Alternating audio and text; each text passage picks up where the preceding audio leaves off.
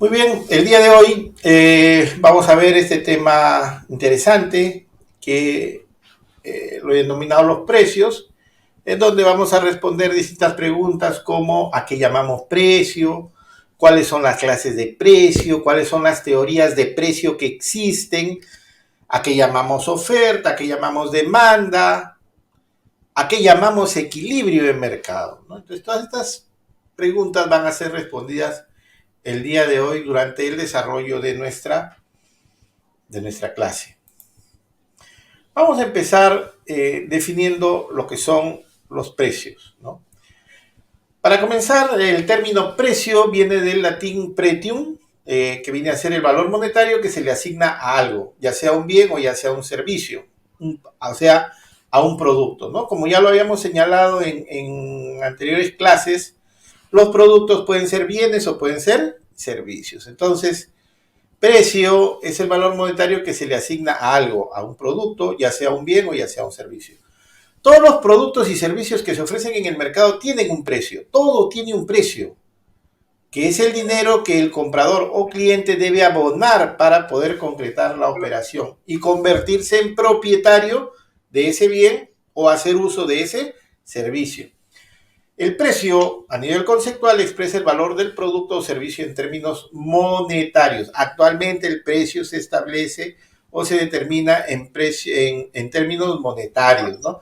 En nuestro país, de acuerdo a la autoridad monetaria, que es el Banco Central de Reserva, en nuestro país, en el Perú, la moneda es el sol, que es una moneda de curso legal y de aceptación forzosa. ¿Qué significa curso legal? Que su circulación en la economía está autorizada por ley, es de curso legal. Y de aceptación forzosa, ¿por qué? Porque todos estamos obligados a aceptar el sol como moneda para poder intercambiar. Y es la única moneda, por si acaso, ¿eh? O sea, lo que quiero decir es que a nadie, por ejemplo, se le puede obligar a aceptar dólares o euros como forma de pago. No. El único dinero o moneda de curso legal y aceptación forzosa actualmente en nuestro país es el sol. Entonces, cuando decía, por ejemplo, que todo tenía un precio, es porque, por ejemplo, el caso de los factores de producción también tienen un precio. Factores de producción que vimos en nuestra clase quinta, sexta, si más no me equivoco. Entonces, estos factores, ¿cuáles eran? Por ejemplo, la fuerza de trabajo, el trabajo, ¿no? ¿Cuál es el precio que se paga por la fuerza de trabajo? El sueldo o salario. Luego tenemos, por ejemplo, el capital, los préstamos que hacemos del capital. ¿Qué pagamos? Intereses. Luego, cuando tenemos un terreno, o sea, somos propietarios de una parte de la naturaleza y eso lo alquilamos a otro para que ese otro produzca, él nos va a pagar una renta, un alquiler, por el uso de nuestra tierra. Entonces, todo tiene un precio y este precio se determina o se expresa en términos monetarios, ¿Cuáles son las clases de precio? Primero hablemos del precio de costo, que es fundamental. El precio de costo viene a ser el costo medio. ¿Recuerdan la clase anterior que hablamos de los costos de producción y hablamos del costo medio? Y el costo medio se hallaba de dos maneras, ¿no es cierto? O sumamos costo fijo medio más costo variable medio, o dividimos el costo total entre la cantidad de producción y determinamos cuánto me costó producir una unidad. Entonces, el costo medio era eso, ¿verdad? ¿Recuerdan? ¿Cuánto me cuesta producir una unidad? ¿Cuánto me cuesta producir una unidad de un bien o de un servicio? Muy bien, el precio de costo es el costo medio, o sea, es la cantidad de dinero, recursos que cuesta producir y distribuir un producto, que puede ser bien o servicio, y que incluye lo que hemos gastado pues en materias primas, en el proceso productivo, en el embalaje, en la distribución, en la mano de obra, etcétera. El dinero que hemos invertido en la producción o prestación y distribución de un bien o servicio se recupera vendiendo el producto a precio de costo. Solo se recupera la inversión. Ahí no se está ganando. Cuando tú vendes el producto a precio de costo, lo único que estás haciendo es estás recuperando lo que has gastado, pero no estás gastando ni un solo sol. No estás ganando un solo sol. Entonces, así no se pierde, pero tampoco se gana. Para poder obtener beneficios, el empresario debe sumar al precio de costo la ganancia. De esa manera va a determinar lo que se conoce como el precio de venta. Entonces, ¿qué cosa es el precio de venta? Es la cantidad de dinero que se cobra por un producto o servicio o la suma de los valores que los consumidores dan a cambio de los beneficios de tener o usar un bien o un servicio. Entonces, el precio de venta incluye el precio de costo más la ganancia. Más la ganancia. Así, por ejemplo, un comerciante que es dueño de una bodega y que no produce los bienes y servicios que vende, no los produce, él es un comerciante simplemente, que lo que hace es comprar para vender. Entonces, vamos a suponer, compra gaseosas a 80 céntimos y las vende a un sol. Entonces, su precio de costo en este caso será 80 céntimos y su ganancia 20 céntimos. Su precio de venta, un sol, ¿no? Entonces, el precio de venta es eso, el precio de costo más la ganancia, más la ganancia. ¿Cuáles son las clases de precio? Hablemos del precio de equilibrio, por ejemplo. El precio de equilibrio se determina en un mercado de competencia perfecta.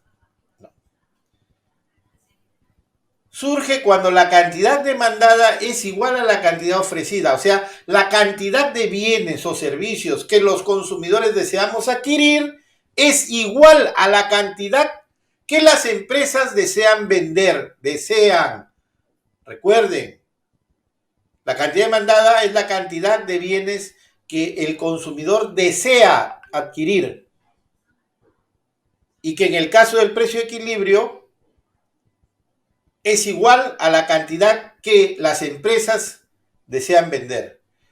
Por eso es que en ese punto se cortan las curvas de oferta y de demanda. En ese equilibrio el precio no tiende a subir ni a bajar. El precio de equilibrio se llama precio que vacía el mercado. ¿Por qué? Porque a este precio todo lo que ofrecen las empresas es adquirido por los consumidores, ¿no? En este ejemplo que vemos acá en esta gráfica que podemos observar, ¿no? Tenemos, por un lado, el precio de las hamburguesas en el eje vertical y la cantidad de hamburguesas en el eje horizontal. Tenemos nuestra curva de demanda que tiene pendiente negativa. Ya vamos a ver más adelante por qué la pendiente es negativa. Existe una relación inversa entre precio y cantidad, vale decir, conforme aumenta el precio, la cantidad va disminuyendo. La cantidad que el consumidor está dispuesto a adquirir va a ir disminuyendo conforme vaya aumentando el precio. Eso significa relación inversa y por eso es que la curva de demanda tiene esta pendiente que se llama negativa, mientras que la oferta tiene una pendiente positiva. ¿Por qué? Porque existe una relación directa entre precio y cantidad. A medida que aumenta el precio, el productor estará dispuesto a vender cada vez más. Porque es lógico, pues, al aumentar el precio, él va a ganar más. Por lo tanto, va a querer vender más. Entonces, cuando nosotros hablamos de demanda, tenemos que pensar como consumidores. ¿Cuál es la lógica del consumidor? Si aumenta el precio, dejo de comprar. Pero cuando hablemos de oferta, usted tiene que pensar como empresa. Entonces, como empresa, en la medida que el precio aumente, usted va a estar dispuesto a vender cada vez más. Porque a ese precio usted va a ganar más dinero. conforme vaya aumentando. ¿Cuáles son las teorías del precio? Tenemos tres teorías: la teoría del precio de competencia, la teoría del precio de monopolio y la teoría del control de precios. Empecemos con la teoría del precio de competencia. La oferta y la demanda representan intereses contrarios, ¿no? La oferta, los intereses del productor; la demanda, los intereses del consumidor, que son dos fuerzas opuestas. Ya que los oferentes desean vender a un mayor precio, las empresas quieren vender a un mayor precio para obtener un mayor beneficio, mientras que los demandantes desean adquirir a un precio más bajo para poder obtener una mayor satisfacción. Entonces, el precio de competencia es aquel que se fija por el libre juego de la oferta y la demanda, en donde el consumidor y el productor son precio aceptantes, vale decir, aceptan el precio que se determina libremente en el mercado. Esa es la teoría del precio de competencia. Luego tenemos la teoría del precio de monopolio, donde el monopolista, que es el único vendedor en el mercado, tiene un poder absoluto para fijar el precio de mercado, que es lógico. O sea, en este caso, el vendedor, el único vendedor que existe en el mercado, es precio ofertante. Vale decir, el precio lo va a determinar el monopolista, que es el único vendedor en ese mercado. Sin embargo, al monopolista no le interesa vender al mayor precio, sino obtener el máximo de ganancia. Por eso es que en el caso del monopolista, no es que el monopolista tampoco pueda vender al precio que se le antoje, porque va a llegar un punto en que ya no le van a comprar. Y ese punto máximo al que el monopolista puede vender su producto tiene un nombre que se llama el punto de Cournot, que también lo vamos a ver en algún momento, el punto de Cournot. Luego tenemos la teoría del control de precios. Entonces, el control de precios es una regulación impuesta por el gobierno, que consiste en que es el Estado quien fija las condiciones de un precio para un determinado bien o servicio. O sea, es cuando el Estado agarra y dice: bien, a partir de hoy día, el precio del arroz va a costar 2 soles. Y el precio de la botella de aceite de 1 litro va a costar 6 soles. A eso se denomina control de precios. El control de precios fomenta la aparición de mercados negros. ¿Por qué? Porque nadie va a querer vender esos precios. Entonces, todo el mundo va a ocultar la mercadería, se va a generar un desabastecimiento total, ¿no? Y luego van a aparecer los mercados negros. Te van a empezar a vender, pero por lo bajo, a mayores precios, a muchos mayores precios, y de manera informal. Entonces, el control de precios no es bueno, así como tampoco es bueno la existencia de monopolios, ¿no? En donde una sola empresa sea la que, porque termina siendo ineficiente. Algunos monopolios se justifican, lógico, como el caso del servicio de agua potable, por ejemplo, que debe estar en manos de una sola empresa, ¿no? Y esa empresa debe ofrecer tarifas, debe estar a cargo del Estado, debe ser una empresa pública. Yo sí estoy de acuerdo en que los servicios básicos como agua potable, energía eléctrica, deben estar en poder del Estado. Eso sí. Pero deben brindar un servicio eficiente también.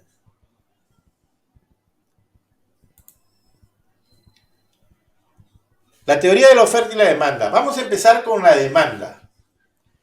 Entonces, cuando hablamos de... Aquí hay que hacer una distinción entre demanda y cantidad demandada primero, para que me puedan entender. Cantidad demandada es, por ejemplo, en el punto B, si ven la gráfica, el punto B, la cantidad demandada es 6 y el precio es 4. En este punto B, cantidad demandada 6, precio 4. ¿Ya? Entonces,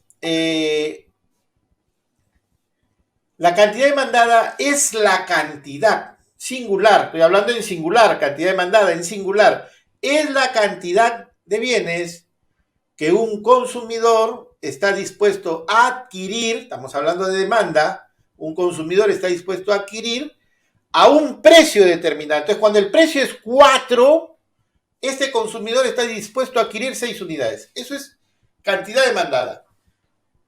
Pero la demanda es una curva. Y una curva está formada por infinidad de puntos. Entonces ahí ya no vamos a hablar en singular cuando hablemos de demanda. Vamos a hablar en plural. Entonces cuando definimos demanda, ¿qué decimos? La demanda son las distintas, estoy hablando en plural, son las distintas cantidades de bienes que los compradores están dispuestos a adquirir a determinados precios, suponiendo que el resto de los factores se mantienen constantes. Esa condición de que todos los demás factores se mantengan constantes se conoce como ceteris paribus. La condición ceteris paribus. La demanda se representa a través de la curva de demanda, la cual es por lo general decreciente, es decir, a mayor precio los consumidores desearán comprar menos productos. Ojo, demandar no es sinónimo de comprar. La demanda son las cantidades que los compradores están dispuestos, desean adquirir a determinados precios. No lo que compran, no lo que adquieren. Porque si yo dijese, la demanda son las distintas cantidades de bienes que los consumidores o compradores adquieren a determinados precios, entonces demanda sería igual a compra. Pero no son dos conceptos iguales, no son sinónimos. La demanda es lo que el consumidor o comprador está dispuesto, desea adquirir a determinados precios. Entonces, la cantidad demandada singular, la demanda plural. Cuando los precios disminuyen, los precios los vamos a conocer con la variable P y la cantidad la vamos a conocer con la variable Q. Cuando los precios disminuyen de P sub 1 a P sub 2, acá, P sub 1 a P sub 2, la cantidad demandada aumenta de Q sub 1 a Q sub 2. Entonces, cuando el precio es 4, el consumidor está dispuesto a adquirir 6 unidades. Pero si el precio baja a 2 soles, entonces este consumidor estará dispuesto a adquirir 10 unidades. 10 unidades. Entonces, en la medida que el precio vaya disminuyendo, el consumidor estará dispuesto a adquirir más unidades.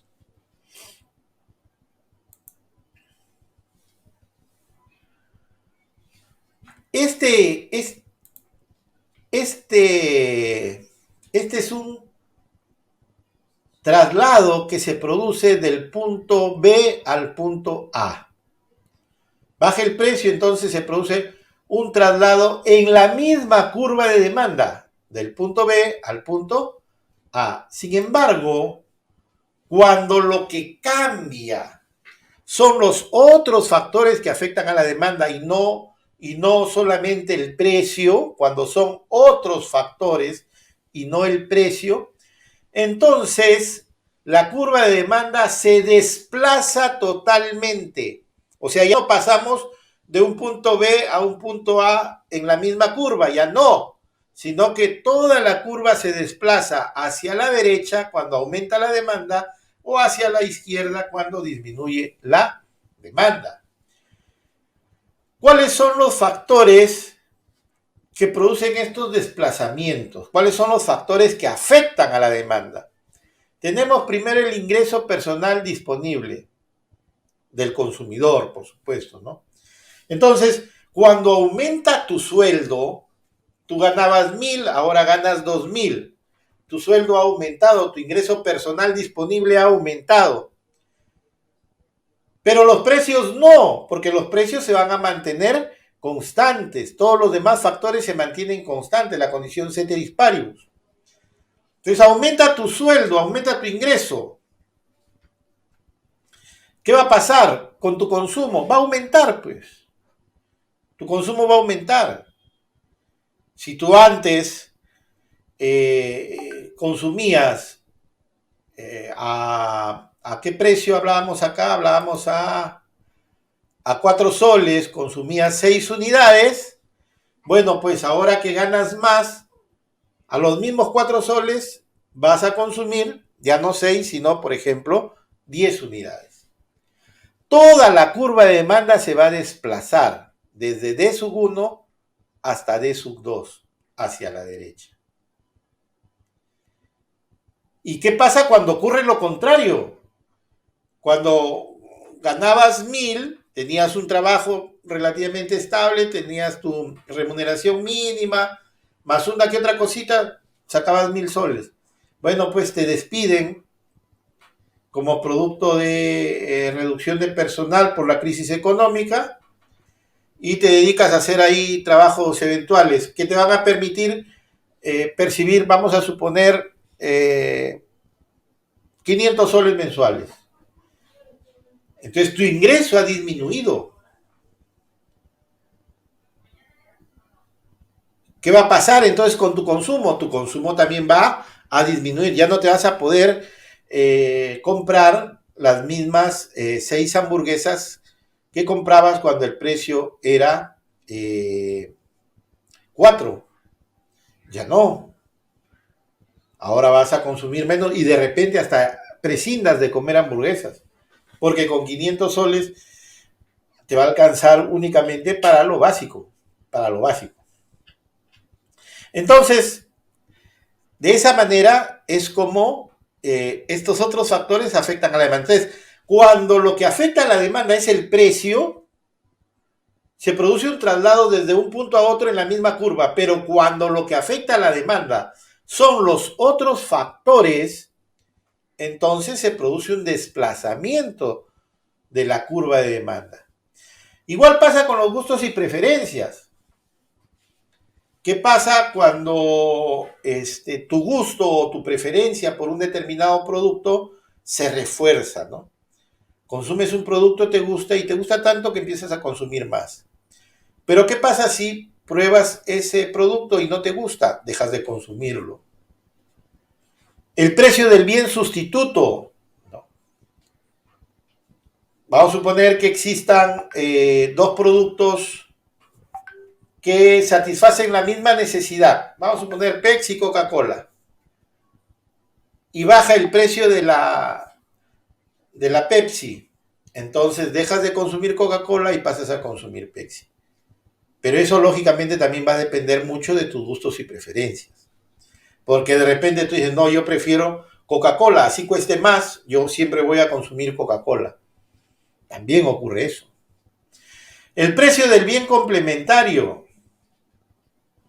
¿Qué pasa cuando el precio del bien complementario aumenta? ¿No? Dejas de consumir un determinado producto, ¿no? Por ejemplo, aumenta el precio del pan, empiezo a consumir menos pan, pero también al consumir menos pan voy a consumir menos mantequilla, menos mermelada, que son complementos o bienes complementarios del pan, ¿no?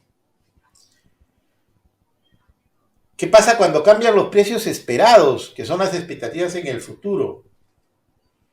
Igual, y acá en países como el Perú peor todavía, ¿no? Se dice, tú no puedes hacer un anuncio y decir, dentro de 6 meses, o ya por no ir muy lejos, ya dentro de 3 meses, el precio de la botella de aceite se va a poner a 20 soles. Ahorita se acaba el aceite en el mercado. Ahorita se acaba.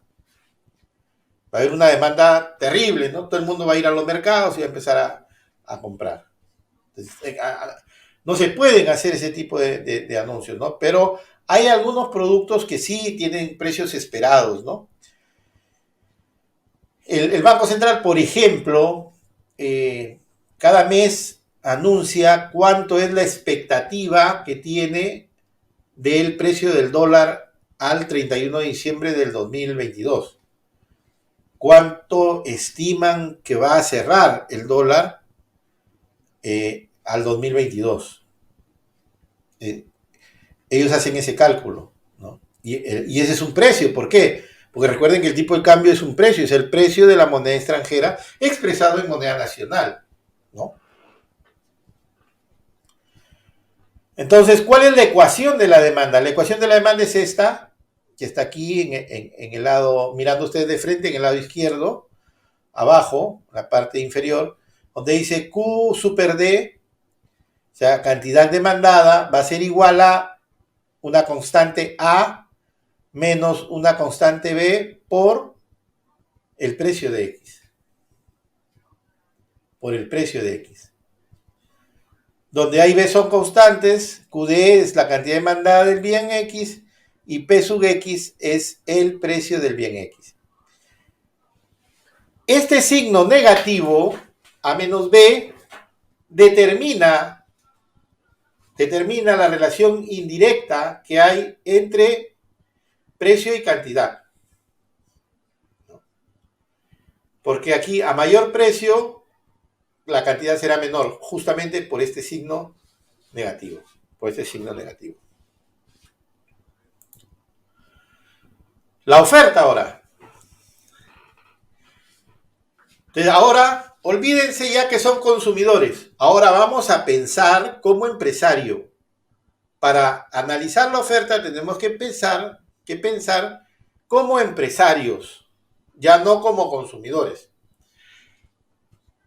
Entonces la oferta son las distintas cantidades de bienes que los productores están dispuestos a vender a determinados precios, suponiendo que el resto de factores se mantienen constantes. O sea, se mantiene la condición ceteris paribus. Se representa a través de la curva de oferta, la cual es por lo general creciente. Creciente. ¿Por qué es creciente? O sea, se va hacia arriba, ¿no?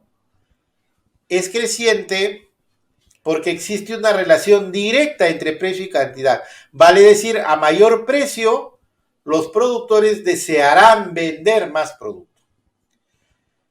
Muy bien, al igual que en la demanda, tenemos que hacer la distinción entre cantidad ofertada y oferta. Entonces decimos, cuando el precio es 2, acá en P sub 1 en la gráfica, cuando el precio es 2, la cantidad ofertada es 6. Estoy hablando en singular. En singular. Cuando el precio es 4, la cantidad ofertada es 10. Singular. Eso es cantidad demandada.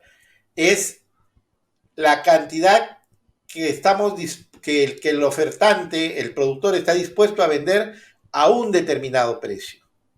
En cambio, la oferta ya no podemos hablar en singular, vamos a hablar en plural. ¿Y qué decimos que es la oferta? Son las distintas cantidades de bienes que los productores están dispuestos a vender a determinados precios. Las distintas cantidades a los determinados precios. Estoy hablando en plural. Entonces la oferta se representa con una curva. Esta es la oferta. Esta es la oferta. Entonces cuando el precio pasa de 2 a 4, el productor está dispuesto a vender más unidades. Ya no producir 6, sino producir 10 unidades diarias.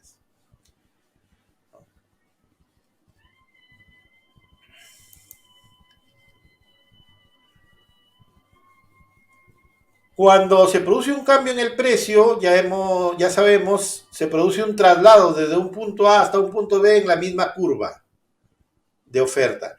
Pero cuando cambian los otros factores que afectan a la oferta, se produce un desplazamiento hacia la derecha, mirando de frente, hacia la derecha si aumenta la oferta o hacia la izquierda si disminuye la oferta.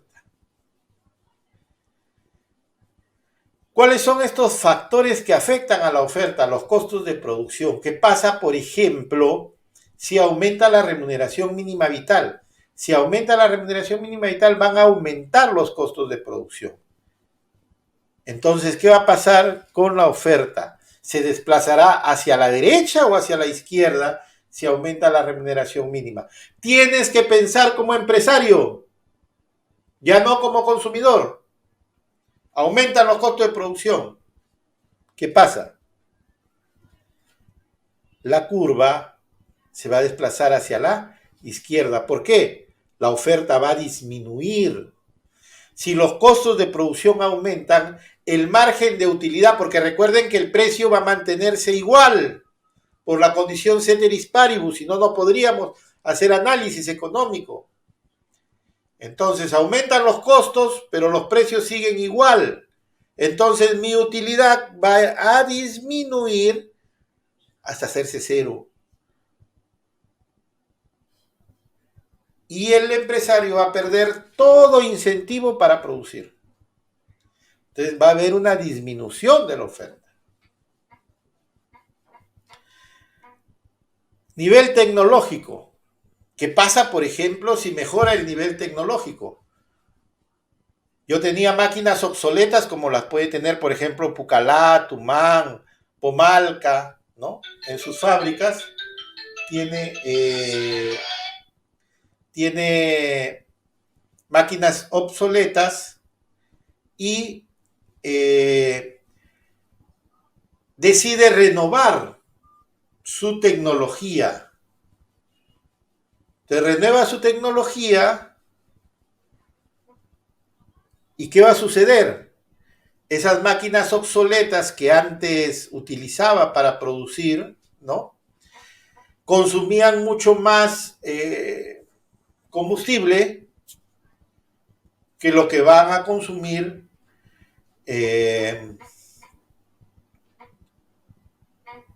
las nuevas máquinas. Máquinas más modernas que van a producir más consumiendo menos combustible, por ejemplo. Entonces, ¿qué va a pasar con la oferta? La oferta va a aumentar. ¿Por qué? Porque al mejorar mi nivel tecnológico, estoy disminuyendo mis costos de producción. Otro factor que afecta a la oferta son las condiciones climáticas. Y eso lo vivimos acá, por ejemplo, ¿no? En los meses de febrero, marzo, por lo general aquí en Lambayeque llueve. Y cuando llueve, los campos de caña, lógicamente, se mojan, la caña se moja y la caña reverdece. Y la caña, para poder ser cosechada y llevada a fábrica para la producción de azúcar, tiene que estar seca. Entonces, las fábricas productoras de azúcar acá en la zona paralizan su producción durante estos meses, por lo general digo, porque llueve, la caña se reverdece, ¿no? Entonces paralizan su producción, ¿no? La utilizan para hacer mejoras en sus fábricas, ¿no? La famosa reparación de fábrica. Y ¿qué es lo que va a pasar con la oferta de azúcar? Va a disminuir. Y al disminuir la oferta de azúcar, ¿qué va a pasar con el precio? El precio del azúcar aumenta. Es algo estacional, por ejemplo, ¿no? Debido a una condición climática determinada. La política tributaria es otro factor que afecta a la oferta.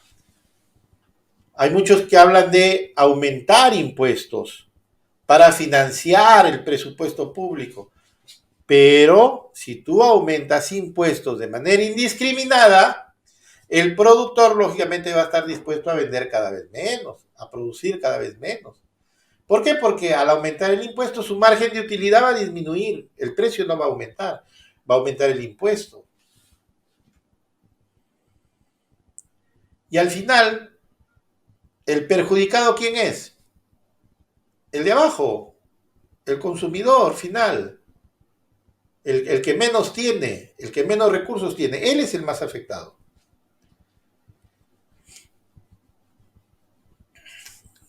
Muy bien, la ecuación de la oferta es esta que está acá en la parte izquierda, mirando de frente, inferior izquierda. Tenemos la cantidad ofertada va a ser igual a más B por el precio de X. A y B son constantes, Q super O es cantidad ofertada, P de X, precio del bien X. Este signo positivo, el A más B, este signo positivo, determina la relación directa que hay entre precio y cantidad. Entre precio y cantidad.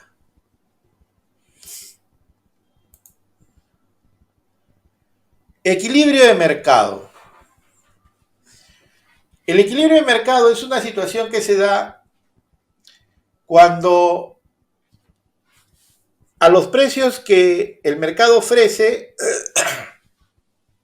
aquellas personas que consumen un determinado bien o servicio pueden adquirir las cantidades que deseen. Y los que ofrecen ese bien o servicio pueden vender todas sus existencias.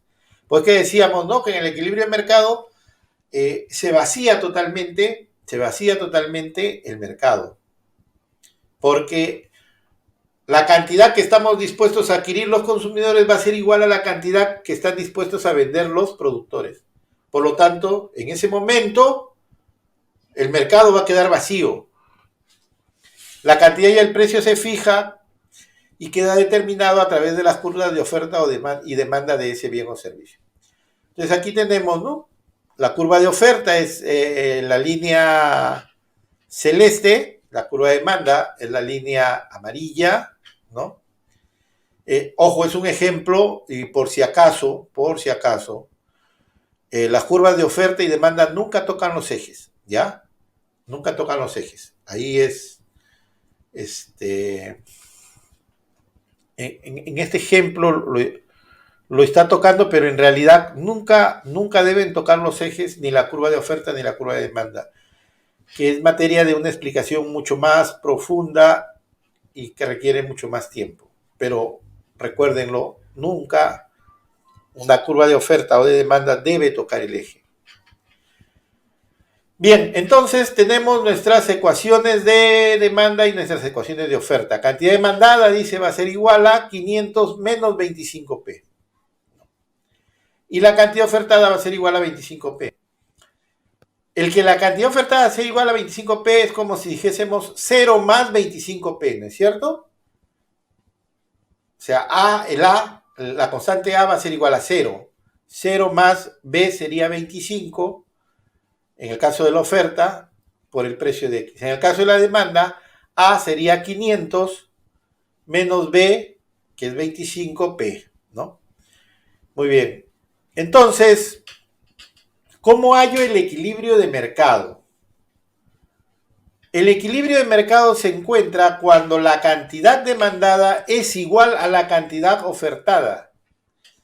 Cantidad demandada es igual a cantidad ofertada, que es este punto E, en donde se cruzan las curvas de oferta y las curvas de demanda, en el punto E, en nuestra gráfica.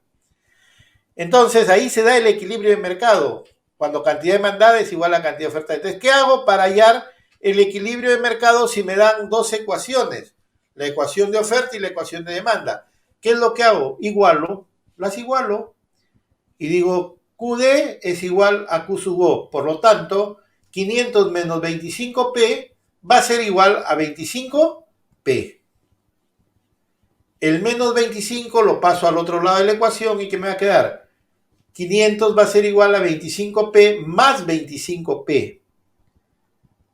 500 va a ser igual a 50P. Luego, lo que está multiplicando pasa a dividir. 50 pasa a dividir a 500. Entonces nos va a quedar 500 sobre 50 va a ser igual a P. Divido y 500 entre 50 es igual a 10. Por lo tanto, el precio de equilibrio es 10. Luego reemplazo este 10 en cualquiera de las dos ecuaciones y me debe dar el mismo resultado. En cualquiera de las dos ecuaciones. Vamos a reemplazar 10 en cantidad demandada. Y voy a tener 500 menos 25 por 10.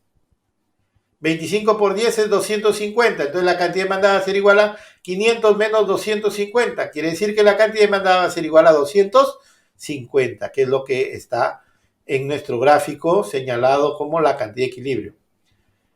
Vamos a reemplazar en la ecuación de oferta.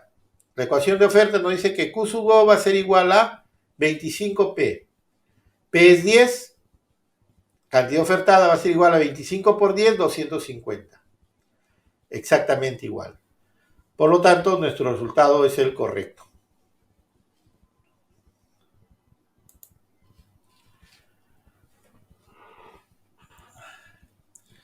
cómo o cuáles son los movimientos que se generan en nuestro equilibrio de mercado. Recuerden que en el caso de la oferta y la demanda, de manera individual, se producían desplazamientos de la curva de oferta o de la curva de demanda cuando lo que cambiaban eran los otros factores, no el precio, sino los demás factores que afectaban a la oferta o afectaban a la demanda. En el caso del equilibrio de mercado, ¿no?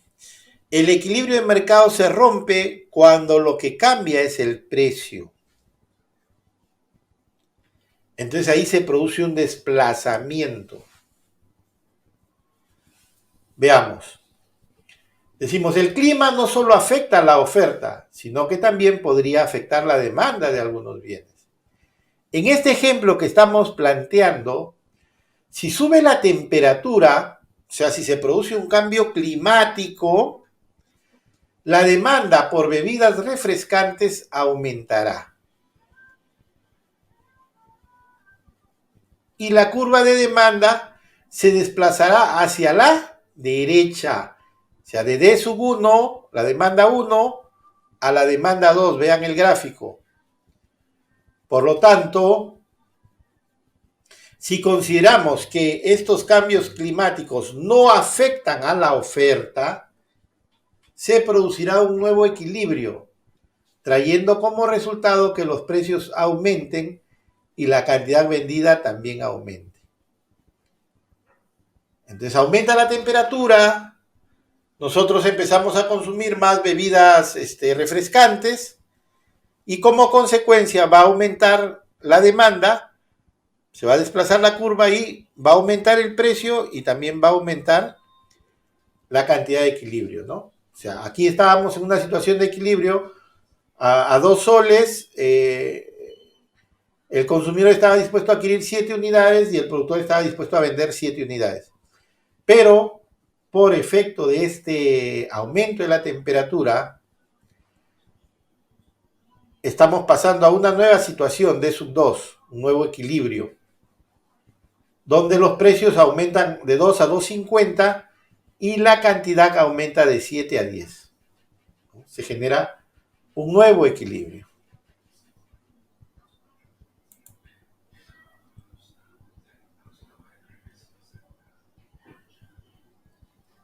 Vamos a presentar otra situación. Cuando se produce un desastre natural, como por ejemplo un terremoto, este afectará tanto a la oferta como a la demanda.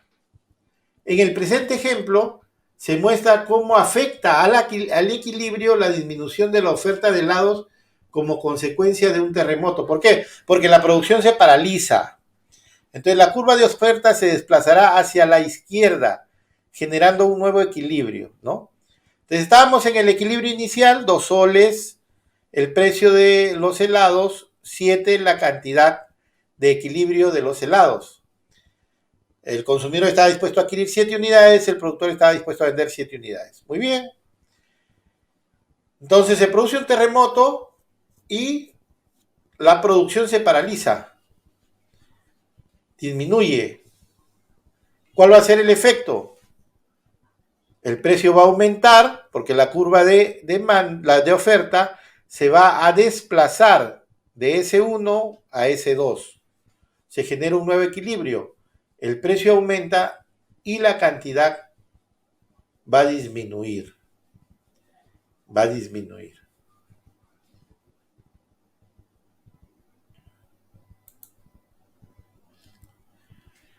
Bien, para concluir, vamos a definir lo que es la ley de oferta y demanda. Ya lo hemos estado viendo, ¿no? Ya lo hemos estado viendo, ahora hay que definirlo. La ley de la oferta y la demanda es el principio básico sobre el que se basa la economía de mercado, que es la economía en la que nosotros vivimos, ¿no? Este principio refleja la relación que existe entre la demanda de un producto y la cantidad ofrecida de ese producto, teniendo en cuenta el precio al que se vende ese producto. Entonces, ¿qué vamos a decir aquí? Los precios de los productos. Los precios, ojo, Estamos hablando de ley de oferta y demanda. Ya olvídense de la ley de oferta y de la ley de demanda. Ahora estamos hablando de la ley de oferta y demanda. Los precios de los productos varían en razón directa a su demanda y en razón inversa a su oferta. ¿Qué quiere decir? Que si aumenta la demanda, el precio también va a aumentar. Relación directa de precios con demanda. Si aumenta la demanda, está al revés, por eso les digo, ya olvídense de lo otro. Porque recuerdan, cuando hablamos de la ley de demanda individual que decíamos, ¿no? Que si aumentaba el precio, disminuía la cantidad demandada. Aquí no, aquí lo que cambia es la oferta y la demanda. Y eso genera un cambio en el precio. Es al revés. Entonces, ¿qué pasa si aumenta la demanda? O sea, ¿qué pasa si por el efecto del incremento de la temperatura empezamos a consumir más bebidas refrescantes? Los precios de las bebidas refrescantes van a aumentar, pues. Aumenta la demanda, aumenta el precio. Razón directa. Y en razón inversa a su oferta. ¿Qué pasa, por ejemplo, si por efecto del mismo calor, ¿no? De las mismas altas temperaturas, se dejan de ofertar las, qué